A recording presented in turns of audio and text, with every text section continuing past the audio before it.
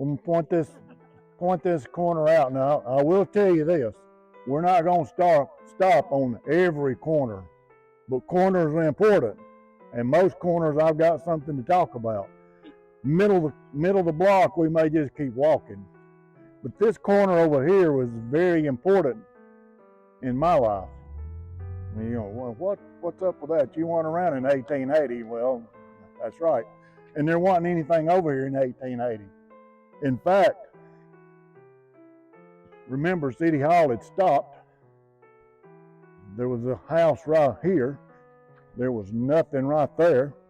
There was nothing right there until 1920.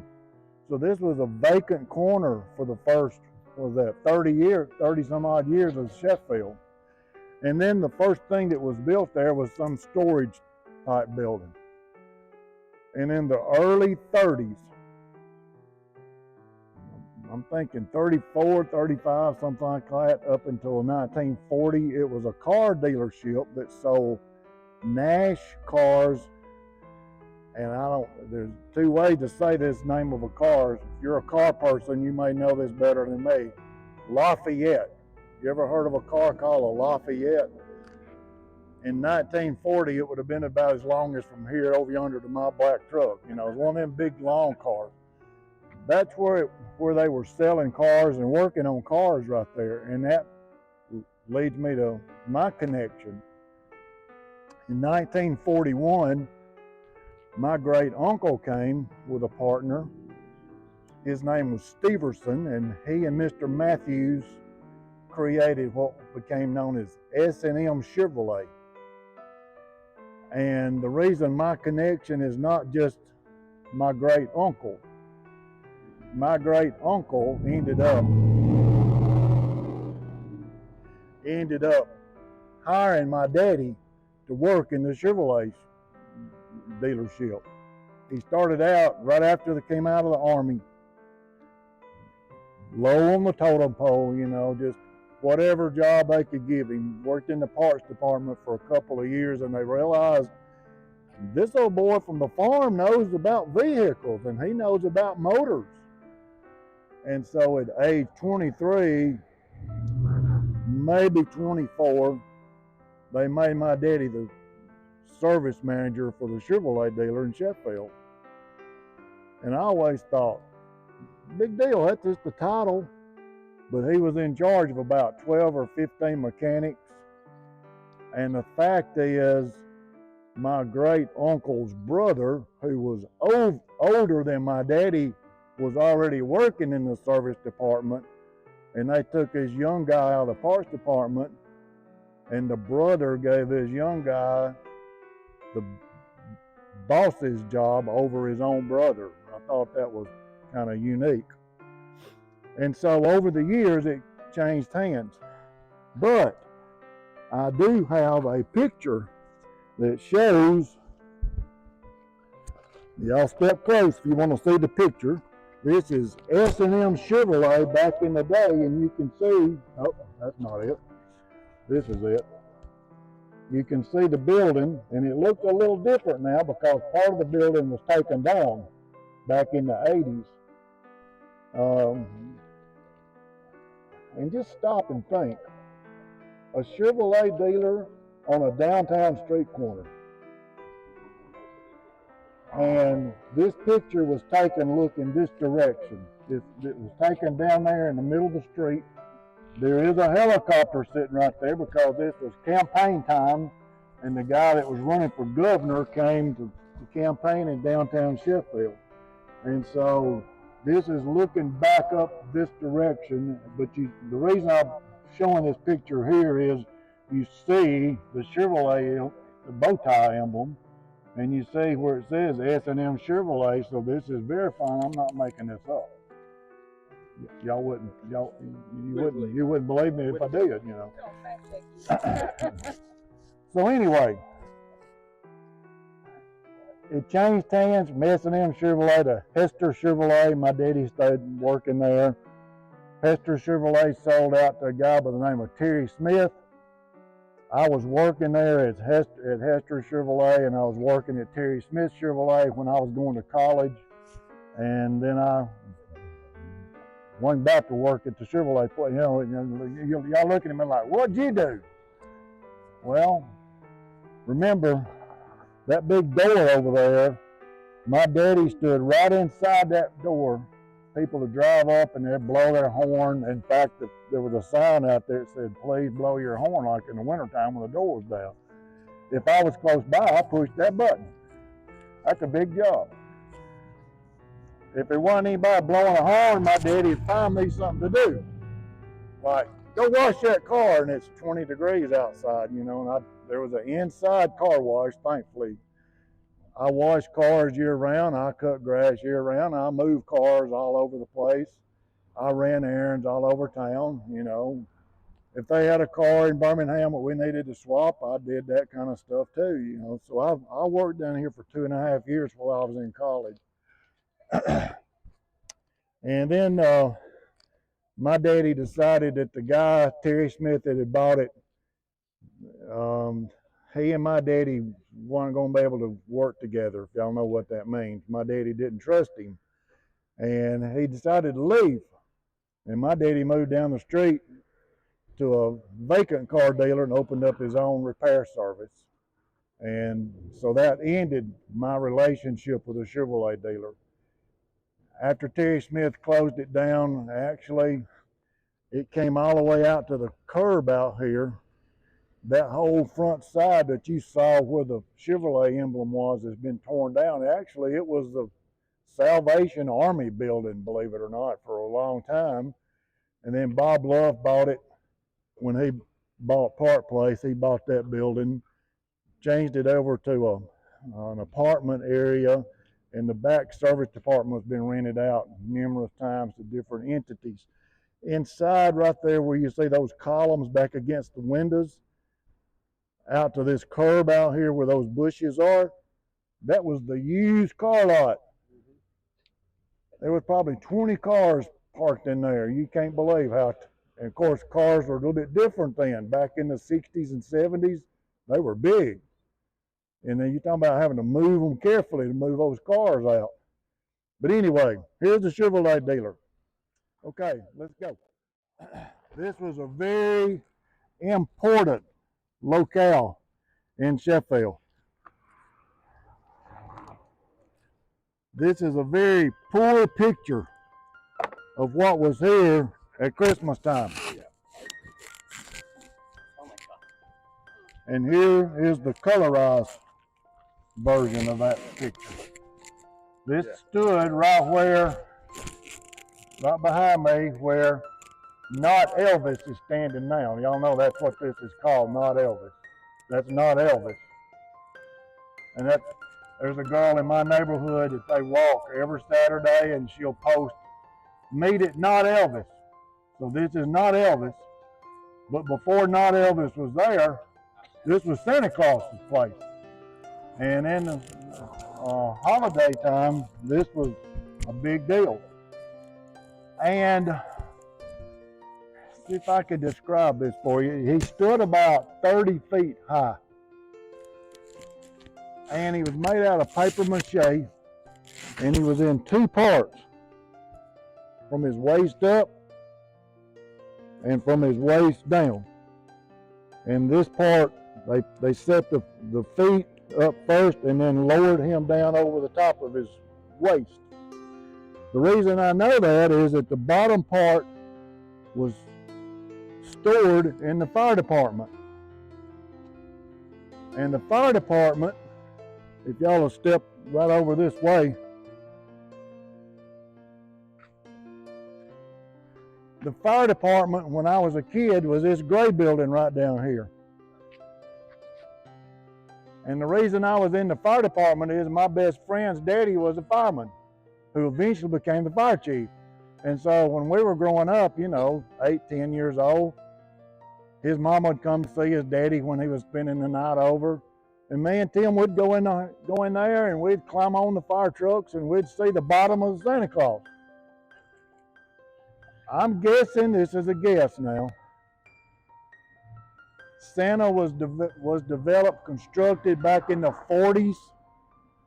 And here I am as a kid in the 60s and looking at him And then one Christmas, he didn't show up. And the story was that in storage, I'm guessing some kind of wild animal, rats, mice, something, started eating up on Santa and pretty much demolished him. Now, I don't know where the upper part was stored, somewhere else in another city storage building, I guess. And by the way, that gray building was not built as a fire station. That gray building was a a bus station.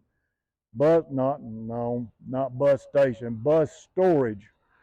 There were city buses that ran around Florence and Sheffield and Tuscumbia, and a bus line used that building as their storage and maintenance.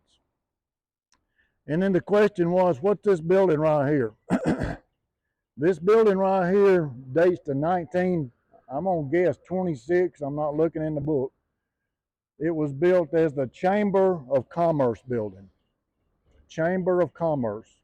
And you know what the Chamber of Commerce is? It's all about being business friendly, drawing businesses to Sheffield. And Sheffield was a booming town once we got past 1890s. Once the 1900s came, Sheffield took off. And so this building was where all the folks that made the business decisions, bringing businesses into the city, there were offices all over that building, upstairs, downstairs, there is a basement. And when I was growing up, y'all gonna hear that a lot now, when I was growing up, this building was home to union offices. And my mother actually worked in this building. She worked as a secretary for the aluminum workers local, all those guys that worked at Reynolds back in the day. And this was where the Teamsters building was, union was. This is where the plumbers and pipe fitters and steam fitters and all that, all those kind of businesses were in that building. So when I was a kid, my mama knew when my daddy left work, or my daddy knew when my mama left work, because he always parked his car at the exact same spot, and she parked her car at the exact same spot, and they worked across the street from each other for many years, until the aluminum workers decided they wanted to move out of this building and build their own standalone building. And if you've been living in the Shoals long enough, you know it stood at the corner of Wilson Dam and Avalon until just about 2 years ago. And now, if you know where I'm talking about, Wilson Dam and Avalon, there's a brand new car wash there. And so when the aluminum workers moved out, guess what? Other locals moved out and moved into their own standalone buildings. And I wish I could tell you, but I'm guessing this building's been vacant too long. Probably 25 years or better. And it's a solid building. It's not going to fall down. This would be a great location for somebody to put, I don't know, you tell me. I don't know. Studio. The what? A recording studio. A recording studio, absolutely. Why not? Why not? Hi, this is Lee Freeman, and you're watching North Alabama Local History. Now, we're not going anywhere. I just want you to look across the street. Take that building down in your mind. Just take it down, disappear. And look at the shape of this lot right here on this street. You see how that corner comes out and meets up with this, and it's not really a square corner. This was the location of Sheffield Hotel. Sheffield Hotel was built in 1893. It was 5 stories tall. It had a full basement. That counts as a story, by the way. And then 4 stories above. It had 163 guest rooms. in addition to full-size 2 and 3 bedroom apartments like suites that people actually lived in for years and years and years. So predating what we would know as a condo or something, there were apartments in this building. And it was the premier hotel for the entire Shoals area. Florence had some hotels, but they were sort of straight up, not very wide and 3 or 4 stories tall, and they had 2 or 3 of those downtown Florence. But this hotel was humongous. It covered, take that building down and go down here to see where these trees are and that other building starts. The back of the hotel ran across to Raleigh Avenue, and it came up that corner and back over here. And the front door was in this offset corner. The front door was kind of facing, I'll show you a picture just in a minute. There were numerous businesses in the hotel. People had offices, people had businesses. Before TVA, Alabama Power was up here doing electricity, and their main office was in Sheffield Hotel. In addition to having a full-time restaurant, barbershop, ladies' hair salon, and other businesses. And so this was the place. If you were going to have a big social event, if you were going to announce you're going to run for governor or run for mayor or run for senator for this area, this is where that was held. And so from 1893 until 1948, Sheffield Hotel dominated downtown. It was the place to hang out until 1948. Let me show you a picture of what it looked like back in the day. This is, I've been told this was a 4th of July celebration where people came downtown for different events. And so this is taken kind of looking straight across where we're standing right now. And I don't know if you can see the door or not. It would have been right up in here somewhere. And let me see if I've got another. Well, that's pretty much the same site. But anyway, the front door was about where that that light pole is, and it went back, and it had the first revolving door in the Shoals area. Y'all know what they're at? Like if you go to, yeah, it kind of went in like that. So it's kind of a wedge shape, as best I can tell. This is what happened to it.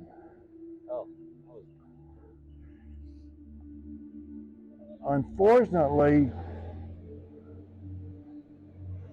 they could not determine the location of the odor of the smoke that they kept smelling all one May day. People in the hotel kept saying, it just seems like I smell smoke. Remember, the fire department wasn't right there. Actually, the fire department is not over here now, but just see the blue dumpster go straight across the street. The fire department was on the next corner on that block. So the fire department, they could have thrown a rock from the fire department to the hotel. And when they smelled smoke, somebody walked over to the fire department and said, we're smelling smoke in the hotel. Fire guys came over and they started at the basement and they went all the way up and they said, well, we smell it too, but we can't see it and we can't find anything that feels hot. Just let us know. And later that afternoon, somebody came into the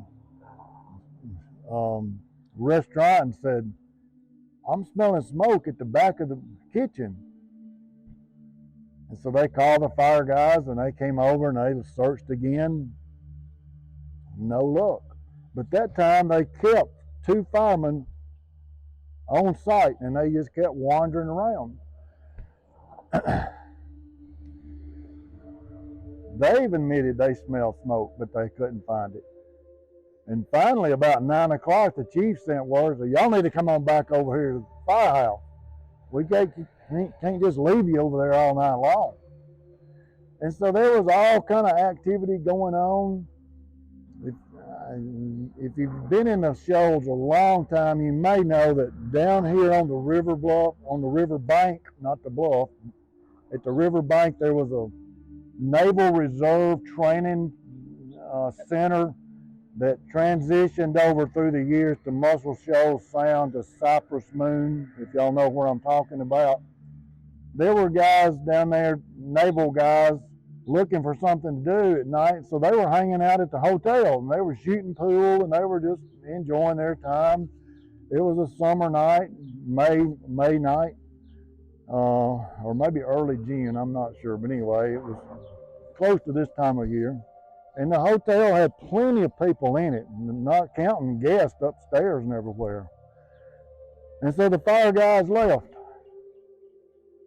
And about 10:30, the alarm went off at the firehouse, said there is fire in the hotel. Somebody had seen flames in the elevator shaft. The elevator was up, but downstairs where the elevator doors were, there was flames around the base of the door. Obviously what had been happening all day was some kind of wires, something was taking place that they just didn't see until fire erupted. And the fire ran up the elevator shaft. And on the back side of the hotel, a guy on the 3rd floor was one of the first ones to start screaming for help, because when he went outside his door, he couldn't get to the stairs or the elevator. He raised the window and could point to the fire station. Y'all need to help me. I can't get out. And so they saved him. All the guys shooting pool picked up the pool tables and brought them out on Montgomery Avenue or Alabama Avenue. And the people started picking up tables and chairs in the restaurant and bringing stuff out. And then somebody called WLAY radio over here on 2nd Street. Now, I don't know if y'all ever knew where WLAY radio was located, but it's just about a block from the intersection of 2nd Street and Woodward Avenue. And somebody called and said, Sheffield Hotel is on fire. Now, let me just stop and say, they didn't call the TV station. Okay? There wasn't no TV station. They called the radio station.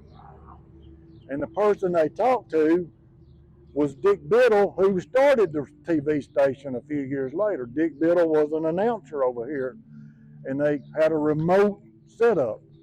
And they said, you may want to come down here and look at what's happening in downtown Sheffield, because the Sheffield Hotel is on fire. And this is what it was looking like soon after it caught fire. But before it got to this point, WLAY's truck pulled up, and they needed power to send out their transmission. And so whoever came with Dick Biddle walked into one of the doors on the bottom level of the hotel and plugged in so they could get power. And so they started broadcasting, plugged in at the hotel. And then the fireman came, and then the fireman realized this is a little bit bigger than what Sheffield can handle.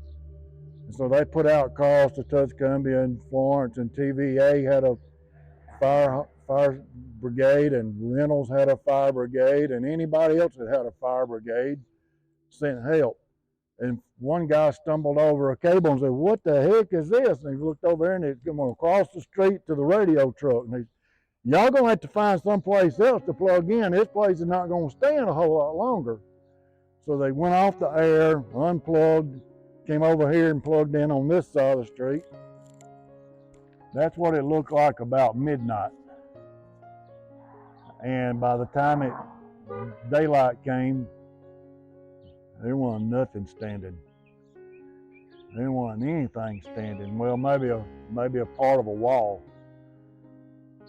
Some guy from Cherokee came in at daylight. He always came to make deliveries, bringing milk and produce. He came driving up. He didn't have any place to deliver to. He didn't know it. I guess he didn't get WLAY down at Cherokee. I don't know. But they were on the air all night long. People all around here were spraying their houses with their garden hose, trying to keep the houses from catching on fire because sparks were flying through the air.